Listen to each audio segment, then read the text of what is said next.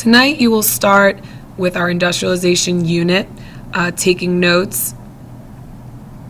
In front of you, you should have the note sheet given in class. What was the Industrial Revolution?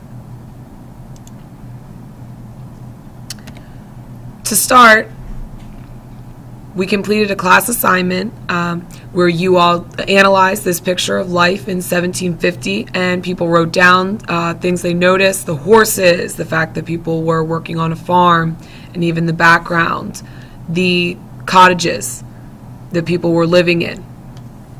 We then looked at a picture of life in 1850, where life is drastically different, and some things that people noticed: factories, people living closer together, in the background, pollution. Life was significantly different. People leaving the countryside and moving to urban areas, moving to cities to work in factories. So, that process is all part of what the Industrial Revolution is. In your mind, you have to be thinking people were working as farmers, and then that changed. People are going to work in factories, working on machines and mass producing products. And if you look closer here, you see women working in an assembly line, making clothing. Busy day. This is where your notes begin. Sorry about that. So now you should be looking at number 1, this area right here. And let's fill in. It says, until the 1700s, merchants, remember people are selling goods, bought wool or cotton for workers to spin into yarn or thread. And then, after that process was complete, they would have to weave the yarn or thread into cloth. Once that whole process was done, then they could make clothing. This was all done in their homes, and this method of production was called the domestic system or the cottage industry, and you will need to know that. This picture gives you visual of what the cottage industry would look like. You see women working in the home, making clothing, cats playing with the yarn, but you need to take into consideration that this is a slow process, long process, and you cannot mass produce goods, meaning maybe these women could make 5 to 6 pieces of clothing a day, whereas when they work in the factory, they could make maybe 20 to 30 pieces a day, and probably even more. But mass production, okay? Once again, in the cottage industry, we're looking at families working together, and you see this family sitting around the table. It was very important to have many kids, because kids could be used as labor. What will end the cottage industry or the cottage system will be the factory system. But first, let's talk about life before the Industrial Revolution. We see the Agricultural Revolution, and this is in your notes, so you need to get down Agricultural Revolution. The word agriculture, remember, we relate to farming and food. A revolution, meaning change. During the Agricultural Revolution, farming became more productive. Farmers made more food, and they made more food easily, okay? Crop rotation, we'll get into that in class.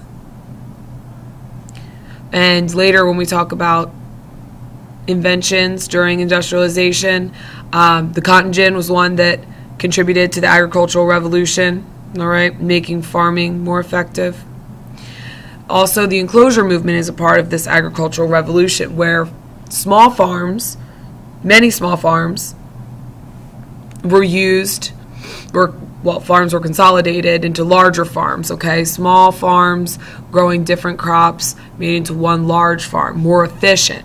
And with tools, that made farming more efficient too, but here's the thing. Less people were needed for farming once this enclosure movement occurred. This is what enclosures look like. You have this picture on your notes. Okay, you see these many different squares, the different small farms made into one large farm. Since there were less workers needed on these enclosures, small farmers were out of business, right? They need jobs. And where are they going to head to get jobs? They're going to move to towns or cities, start working in the factories. That brings us to the Industrial Revolution. Go ahead and get this definition down right here, where you see definition of the Industrial Revolution. A long and slow process, 100 years, okay, this isn't something that happened overnight, in which production methods shifted from simple handmade tools, people making things by hand in their homes, which was the cottage industry, to complex steam-powered machinery. Essentially, people working using machines in factories. Where did the Industrial Revolution begin? Began in England, which is an island on the continent of Europe. So the Industrial Revolution begins in England, but then it spreads to continental Europe. Essentially, all right, the countries that are on the actual continent. Then the Industrial Revolution spreads to North America. All right, New York. Next year you'll talk a lot about Lowell, Massachusetts. Why Britain? Britain, England, remember, we're associating as the same. So why did the Industrial Revolution begin there? This is on the back page of your notes. All right, so you should be on the back right now. Number 1, natural resources.